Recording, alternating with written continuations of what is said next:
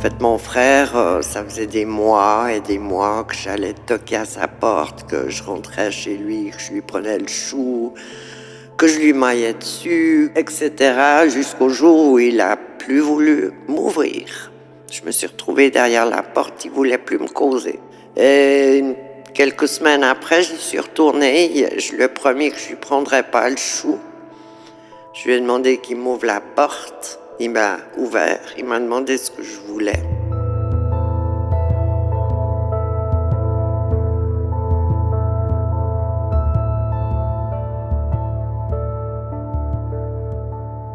Ambitus est un podcast créé par l'Éveil, une structure vaudoise engagée depuis 1995 dans la réinsertion sociale et professionnelle. À travers des ateliers, des espaces d'apprentissage et des mesures d'insertion, l'Éveil œuvre pour restaurer la confiance en soi, la créativité et le lien social auprès de personnes fragilisées et marginalisées. Au-delà des chiffres se cachent des êtres humains, au parcours de vie tissé d'épreuves, de recommencements, de doutes, des vécus aussi singuliers qu'ordinaires. Avec Ambitus, nous vous invitons à écouter ces voix, ces expériences vécues, longtemps étouffées ou passées sous silence, qui ici se dévoilent avec sincérité et complexité. En musique, l'ambitus désigne l'étendue d'une voix ou d'un instrument, de sa note la plus grave à la plus aiguë. Et c'est cette image que nous voulons emprunter. Chaque personne porte en elle une mélodie de vie, un spectre unique de tonalités et d'émotions composé de hautes notes et de basses notes. Ce podcast souhaite offrir un espace pour laisser vibrer ces mélodies, pour en révéler la profondeur, la fragilité et la force. Si vous aimez écouter ces histoires et que la démarche d'Ambitus vous touche, n'hésitez pas à en parler autour de vous et à partager sur les réseaux sociaux.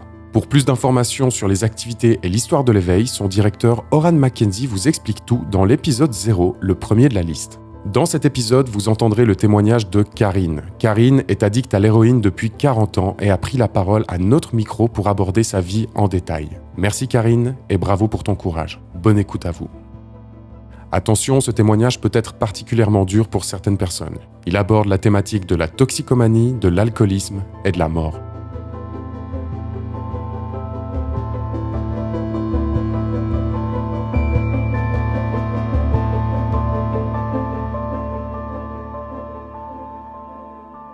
Alors, je m'appelle Karine, j'ai 60 ans. Je viens de La Sarraz, je suis née à Pompaple.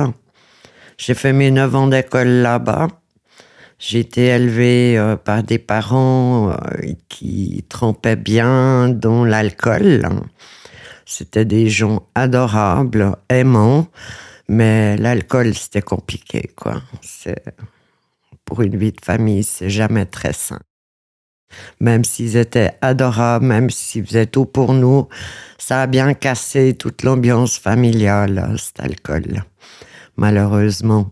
Alors, j'ai géré ça comme je pouvais en étant petite. J'ai géré ma maman, qui était une grosse alcoolique à la maison, qui buvait en cachette. Mon père, c'était le contraire. Lui, il buvait au bistrot avec les copains. Donc, maman était beaucoup plus difficile à gérer que mon père. Ma mère, elle était femme au foyer, elle s'occupait de nous. Et mon père, il était mécanicien monteur, c'est-à-dire qu'il allait à l'étranger réparer les machines qui construisent les voies ferrées. Donc, il n'était pas là très souvent. S'il était là 3-4 mois par année, c'est beaucoup, quoi. Et puis, l'alcool...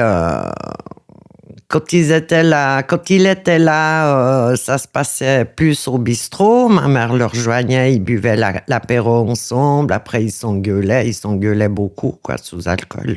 Et quand mon père était pas là, là, c'était différent parce qu'elle buvait toute seule à la maison. Et puis, là, elle se prenait des états, mais à être écroulée par terre, à même plus pouvoir marcher, quoi. J'entends, c'était l'horreur absolue, quoi.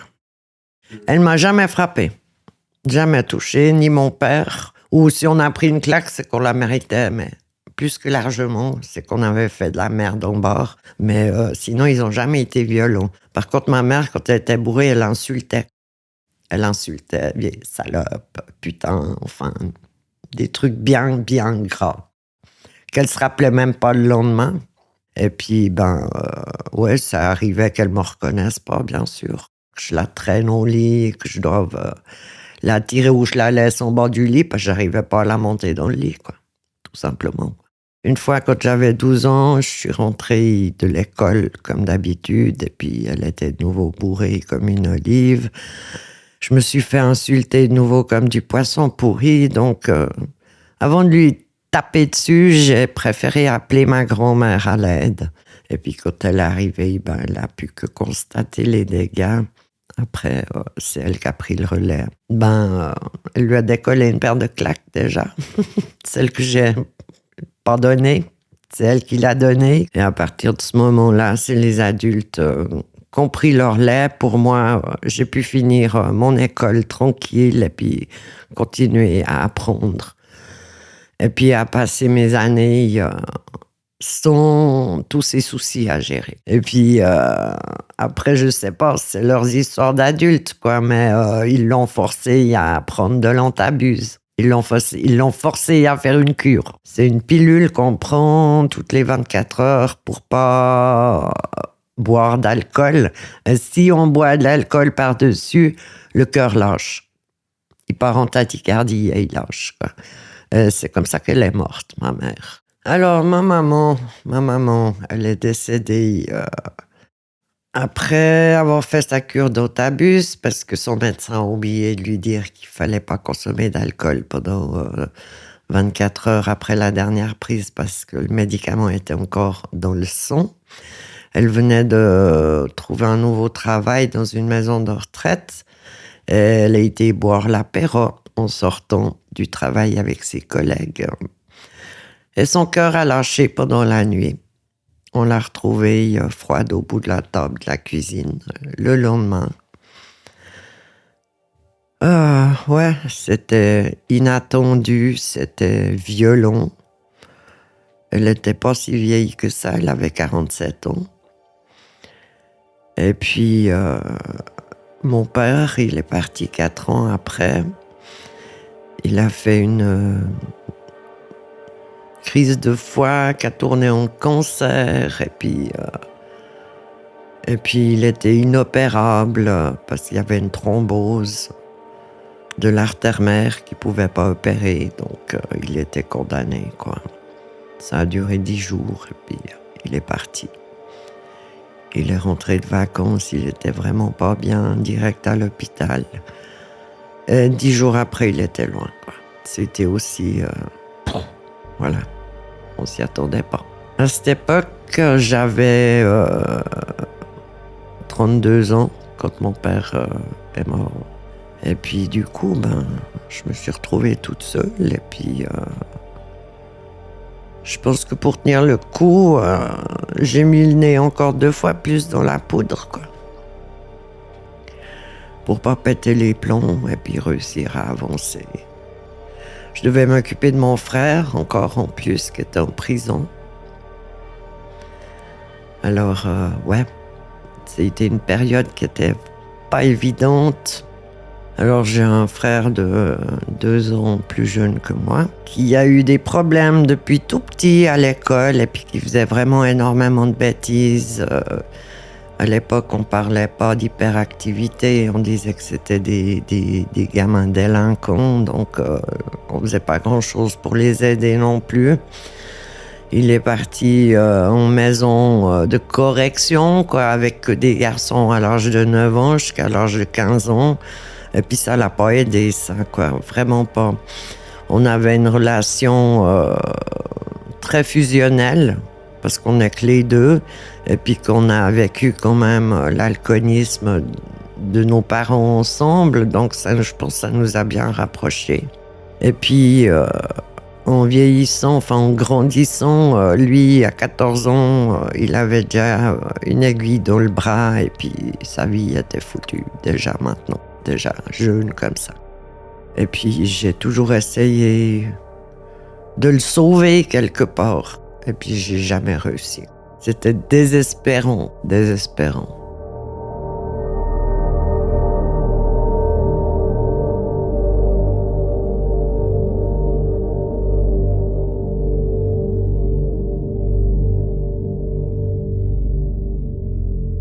Je bois pour faire la fête.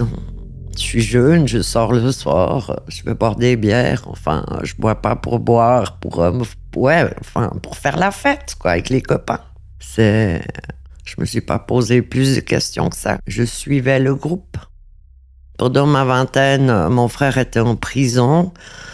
Et puis moi, je suis partie en Allemagne pour m'occuper de mon grand-père qui était malade du cœur. Et puis, pour soulager ma grand-mère, j'y suis restée 3 ans. Et je suis revenue parce que ma mère avait fait des tentatives de suicide en Suisse. Et que le toubib m'a dit que si je rentrais pas, elle réussirait la prochaine fois. Elle se raterait pas. Du coup, voilà. En fait, j'ai pas arrêté de courir pour aider un peu à gauche, à droite, ceux qui n'allaient pas bien dans ma famille. J'ai un premier mariage qui n'a pas tenu, mais j'avais 17 ans, j'étais toute jeune, avec un Québécois. Et il avait 10 ans de plus que moi. Je pense aussi le fait du grand âge, différence que ça n'a pas tenu, quoi. Et puis le papa à ma fille, qui est allemand, et, je l'ai rencontré en Allemagne quand je travaillais là-bas. Et quand je suis revenue pour m'occuper de ma maman, il est venu avec moi.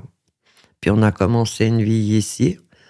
Puis on a eu Jamine, une petite poupée de 2 kilos, adorable. Le seul enfant que j'ai eu. Ah, elle était désirée, elle. Elle était désirée. J'ai perdu un enfant, j'ai fait une fausse couche juste avant de l'avoir, elle. Donc elle était plus qu'attendue et désirée, quoi. En Allemagne, j'ai rien consommé, quoi, parce qu'il n'y avait pas. Les 3 ans que j'étais en Allemagne, il n'y avait pas de dope en Allemagne, donc je n'ai rien touché du tout. Mais quand je suis rentrée, par contre, là, j'ai recommencé assez rapidement. Et le père de Jamie s'y est mis avec moi. Donc, on était les deux là-dedans. Et puis, on essayait de gérer au mieux comme on pouvait tout ce qu'il fallait gérer, dont le bébé, courir après la dope pour pas être en manque. Ou après, on a même fait des cures de méta, mais c'était compliqué. Il fallait aller tous les jours à la pharmacie, chercher ses médicaments. Enfin, c'était compliqué. Alors, j'ai commencé l'héroïne parce que je voulais comprendre. Je devais avoir une vingtaine d'années. C'était avant l'Allemagne. En fait, mon frère, ça faisait des mois et des mois que j'allais toquer à sa porte, que je rentrais chez lui, que je lui prenais le chou, que je lui maillais dessus, que je lui disais que je voulais pas le retrouver avec une aiguille dans des chiottes publiques, dans le bras, etc. Jusqu'au jour où il a plus voulu m'ouvrir. Je me suis retrouvée derrière la porte, il voulait plus me causer. Et quelques semaines après, j'y suis retournée. Je lui ai promis que je lui prendrais pas le chou. Je lui ai demandé qu'il m'ouvre la porte. Il m'a ouvert. Il m'a demandé ce que je voulais. Puis je lui ai dit, je veux que tu m'offres un rail. Je veux comprendre. Il m'a dit, Karine, fais pas ça. Je te jure, fais pas ça. C'est une très mauvaise idée, quoi. Et puis j'ai dit, je partirai pas avant que tu me l'aies fait, de toute façon. Ou tu me portes dehors, mais je bouge pas. Et puis, effectivement, c'était pas une très bonne idée. C'était...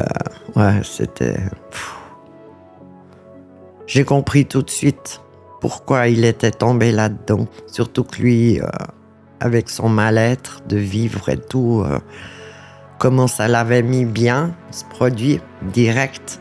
Au bout de 10 minutes de consommation, voilà quoi, j'entends, il était bien dans ses baskets, bien dans sa peau, alors que sans ça, c'était une catastrophe, quoi.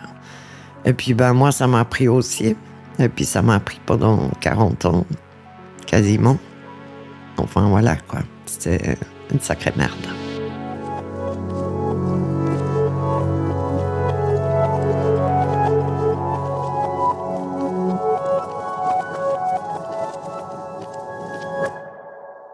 L'héroïne, c'est des opiacés. Et puis, on peut le consommer de plusieurs façons différentes. en injectant avec une seringue, en fumant sur de l'aluminium, ou bien alors en sniffant avec une paille dans le nez. Moi, j'ai jamais touché de seringue de ma vie, donc je la prenais par le nez. Et puis, ce que ça fait, c'est les hormones du bonheur qui s'activent fois 1000. Il n'y a rien de naturel là-dedans, quoi. Absolument rien, mais c'est tellement puissant qu'on a envie d'y retourner tout de suite, quoi. C'est une horreur. Surtout pour les gens qui ne sont pas bien dans leur tête. La descente, tant qu'on n'est pas accro, ça se résume à dormir. J'ai un peu la gueule de bois quand je me lève le lendemain matin. C'est pas grand-chose. Mais une fois que le corps est accro, alors là, ça rigole plus. Là, les crises de manque, c'est une horreur, quoi. Je préfère accoucher 200 fois que de me taper une crise de manque. C'est vraiment, mais waouh, c'est d'une violence pour le corps, pour la tête. Je sais même pas comment expliquer, quoi. Tellement c'est puissant. Comme on prenait un burin, puis qu'on tapait, puis qu'on cassait tous les os en petits morceaux. Tous les gaines des muscles sont raccourcis, donc tous les muscles rentrent plus dans les gaines. Ça fait mal dans tous les muscles du corps. On vomit, on éternue, on pleure, quoi. Enfin, on a froid, on a chaud en permanence pendant des semaines. C'est un enfer. Après la première prise, le lendemain, j'ai recouru. J'ai été en racheté. C'était parti. Puis je suis pas tombée tout de suite accro parce que mon corps connaissait pas ça. Donc j'arrêtais pas de dire à mon frère, ouais, non, mais moi je gère, il y a pas de souci, je me lève le matin, je suis pas mal et tout, enfin, il y a pas de souci. Puis un jour, je me suis levée, c'était fini, quoi. J'arrivais plus à me bouger, j'arrivais plus rien à faire, c'était une horreur. Puis là, j'ai compris ce que c'était. Trop tard.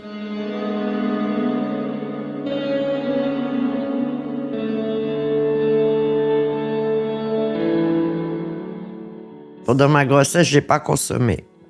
J'ai réussi à arrêter de consommer. Donc, Jamine est née avec 15 jours d'avance, mais elle avait les poumons formés. Donc, elle a même pas été en néonate, rien du tout, quoi. Nickel. Jamine, c'est son prénom. En pleine forme, à part une petite jaunisse. C'est tout ce qu'elle avait. Je me dis qu'il va falloir que j'élève un petit être. Et puis que je mette un peu d'ordre dans ma vie. Ce qui est pas facile à faire. Et puis, elle est née, ma mère était déjà décédée, il restait mon père. Il a été là pendant 2 ans, il est décédé après, puis je me suis retrouvée toute seule, quoi, pour élever ce petit être. Parce que le père, j'étais plus avec, j'étais séparée, il était reparti en Allemagne. Donc je me suis retrouvée vraiment, vraiment toute seule pour élever ce petit être. Parce que ma propre famille que j'ai fréquentée pendant trop tôt, ils m'ont mis de côté quand ils ont appris que je consommais. C'était fini, terminé. Les portes se sont fermées. Alors que j'aurais eu besoin de soutien parce que mes parents étaient plus là. Ils ont fait le contraire. Enfin, c'était pas facile à vivre, quoi. C'était pas facile à gérer, mais j'ai appris à avoir des autres familles, des gens que j'ai choisis moi.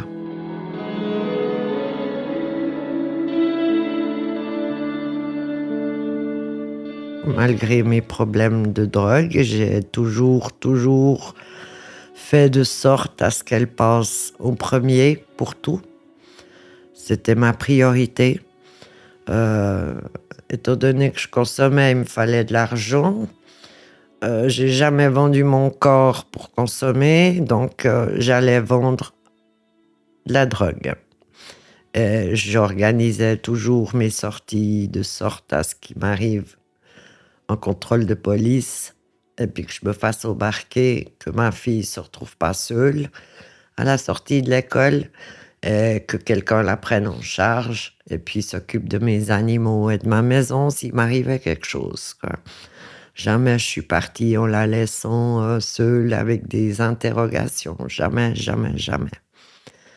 Et vu mon statut, que je vendais, que j'avais déjà eu des problèmes avec la police, la SPJ est rapidement venue voir ce qui se passait à la maison, contrôler que tout aille bien. Ils nous ont accompagnés pendant 10 ans. Et puis, après, ils nous ont lâchés. Pendant ces 10 ans, moi, j'ai élevé Jamine. J'ai fait tout le contraire de ce que ma mère, quand elle nous a élevés, m'énervait ou me convenait pas. Elle gueulait beaucoup, ma mère. Moi, j'ai jamais gueulé, j'ai toujours parlé. Fait des conversations sans hurler, enfin voilà quoi. Poser, calmer, etc. Ouais, j'ai fait tout le contraire de ce que moi, j'ai, entre parenthèses, subi. Voilà. Et puis, elle a bien toujours travaillé à l'école. Pour elle, ça s'est bien passé. On a une relation de malade. Elle est vraiment chouette. Et puis, elle a 32 ans au jour d'aujourd'hui. On s'entend toujours à merveille. Elle a fait des études. Elle est éducatrice pour les enfants autistes. C'est ma petite fierté. C'est ma petite fierté. Puis je savais que je ne ferais pas les mêmes erreurs que mes parents, quoi. Enfin, que je ferais ça différemment. Pas les mêmes erreurs, mais que je le ferais différemment. Ça, c'était une évidence. Déjà, avant que j'aie des enfants, je pensais ça. Quand j'étais plus jeune, je me disais, mais moi, je ne ferais jamais ça à mes enfants, quoi. Si un jour j'ai des enfants, je ne ferais jamais ça à mes enfants.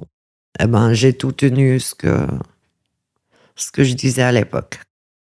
Alors, Jamine, je lui ai jamais caché les choses. Je lui ai toujours expliqué les choses.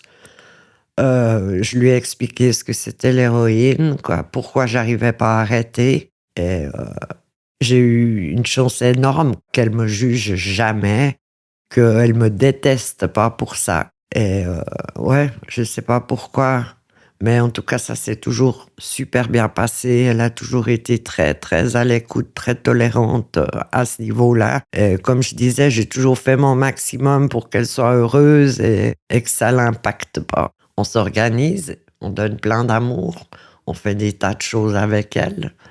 Des sorties, à l'époque j'avais la voiture, le permis, les animaux. On partait au Maroc chaque année, voire 2 fois par année, en bagnole. On bougeait beaucoup, on allait au bord du lac, on allait à la montagne. Enfin, on était tout le temps en piste, quoi.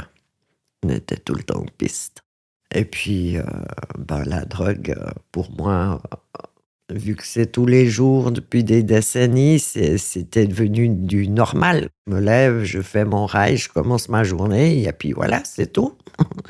Je pars à l'école, je l'amène à l'école, je rentre, je fais la cuisine pour le dîner, etc., etc. Enfin, j'alignais mes journées. Le plus compliqué, c'est d'avoir le matos à la maison ou de trouver l'argent pour avoir le matos. C'est pas d'organiser sa journée. Une fois que tout est là, tout se fait tout seul. Le SPJ, il s'inquiétait parce que je vendais et puis que si je me faisais attraper, j'allais faire plusieurs jours de prison. Et qu'est-ce qu'il adviendrait de ma gamine? Quand je leur ai expliqué que j'organisais toujours, qu'il y avait toujours des gens qui étaient autour de ma gamine, que s'il m'arrivait quelque chose, elle était prise en charge directement et amenée à l'école le lendemain pour pas qu'elle rate son école et tout.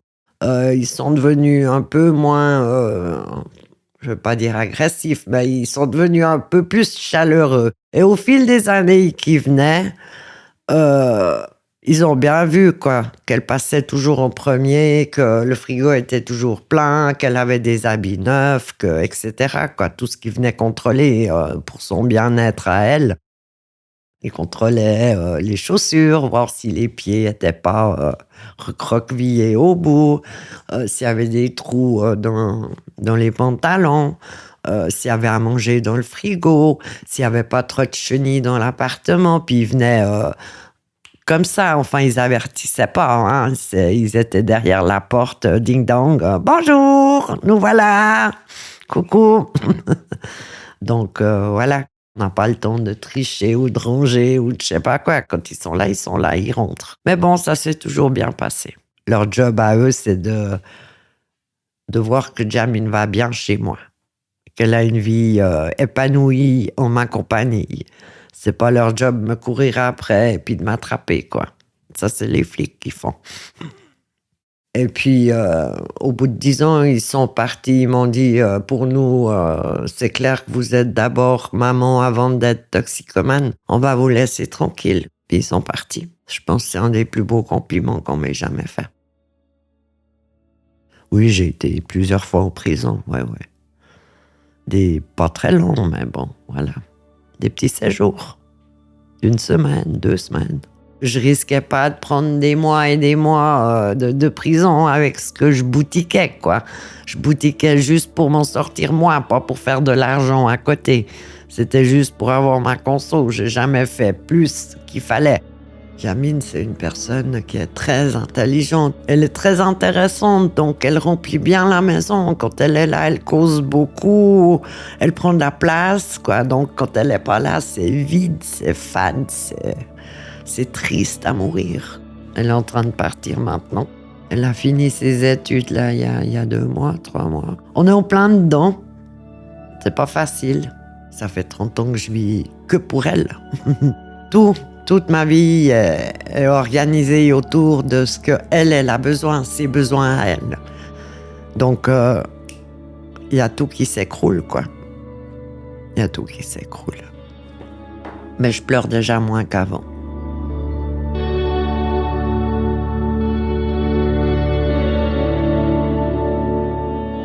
Alors, en 2024, je suis partie en Indonésie, sur l'île de Flores, avec ma meilleure amie que je connais depuis 25 ans. Avant, on faisait le Maroc et puis on a décidé d'aller dire bonjour à un couple qui s'est installé là-bas il y a 7 ans. Un couple suisse qu'on connaît, les deux. Et puis ça nous a donné envie d'aller leur faire un coucou, quoi. Et puis voir où ils vivaient. Du coup, on est parti en Indonésie et puis pour 1 mois. Et puis là-bas, j'ai fait une crise cardiaque. Sur la mer, en train de regarder les poissons. Et puis, j'ai bien failli y passer, quoi. C'était showtime. Je suis restée 1 semaine dans un dispensaire où ils m'ont arrêté le cœur pour le faire redescendre. Il pulsait à 247 pulsations minutes à la place de 70. Et puis, il voulait pas me laisser rentrer, il voulait m'opérer tout de suite, sauf qu'il fallait payer cash l'opération, donc moi, j'avais pas l'argent. Du coup, je suis quand même rentrée. Je me suis fait opérer au CHUV 2 mois après, même pas 1 mois après, quoi. Ouais, en août, 1 mois après mon retour. Une grosse opération à cœur ouvert où ils m'ont changé la valve mitrale. Et c'est une opération qui a changé ma vie parce que je suis au ralenti, je suis plus la même personne du tout. Je suis tombée en dépression, j'ai des crises d'angoisse, chose que je connaissais pas du tout, je savais pas ce que c'était. Enfin, il y a des tas de nouveaux paramètres à gérer que c'est pas évident pour moi. D'où j'ai intégré l'éveil. Il m'a fait bien du bien, vraiment.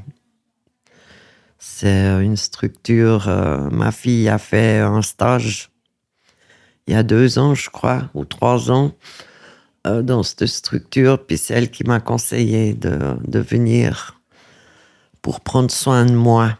Et j'ai bien fait de l'écouter parce que c'est chouette. C'est des gens super. Et puis ça me fait du bien surtout. Ça me fait énormément de bien. Ici, j'ai vu la bienveillance et puis des gens bien cassés. Et puis le respect d'autrui, j'ai vu, enfin, quelque chose qui manque cruellement dans ce monde. Et ben, j'ai trouvé tout ça ici. Et puisque ça fait du bien. Une toxicomane, c'est dur. C'est une étiquette qui est dure à porter. Ça fait mal que les gens aient pas envie de gratter plus loin pour voir ce qu'il y a derrière. Et puis ça, j'ai toujours trouvé dommage. Quand on est tox, on n'a plus qu'une chose en tête, c'est carrer le manque. C'est pas tomber au manque, c'est trouver du matériel ou du matériel de substitution, comme la méthadone pour pas se retrouver dans cet état-là. Et malheureusement, ça pousse les gens à être malhonnêtes, à être menteurs, à voler leur propre père, leur propre mère, leur propre sœur. Enfin, c'est catastrophique, quoi. C'est triste à mourir, quoi. Ma relation avec la drogue, c'est je t'aime moi non plus. Je la haïs et puis d'un autre côté, je l'aime ou elle m'aime, je sais pas, mais elle revient tout le temps dans ma vie, quoi. Tout le temps. Même quand j'essaye fortement d'arrêter, à un moment donné, ça revient. Donc, le conseil que j'aurais à donner, c'est mettez jamais les doigts là-dedans. C'est le meilleur truc que vous puissiez faire.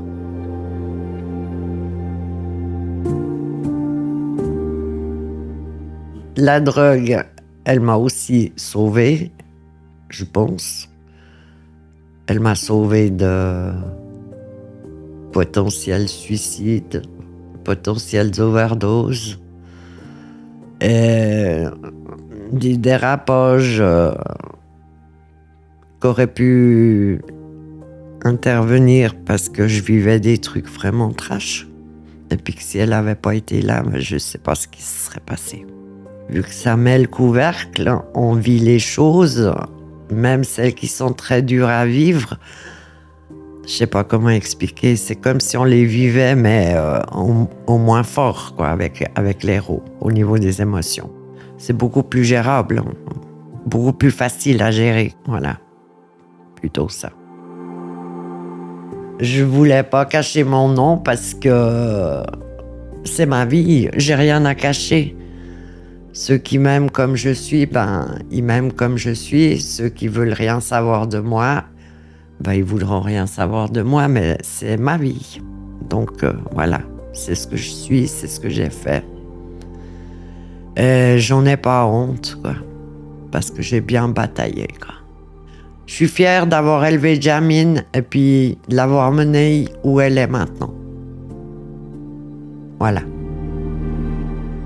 Pour la fin, pour la fin, est-ce que je dirais courage, Karine, tu vas y arriver. 60 ans, j'ai. Ouais, on dit vaut mieux tard que jamais. Alors. Mais j'ai bien avancé là en une année, vraiment, quoi. Comparé à ce que je consommais avant, puis ce que je consomme maintenant, ça n'a plus rien à voir, quoi. Donc déjà rien que ça, je suis fière. Et j'ai l'intention de continuer.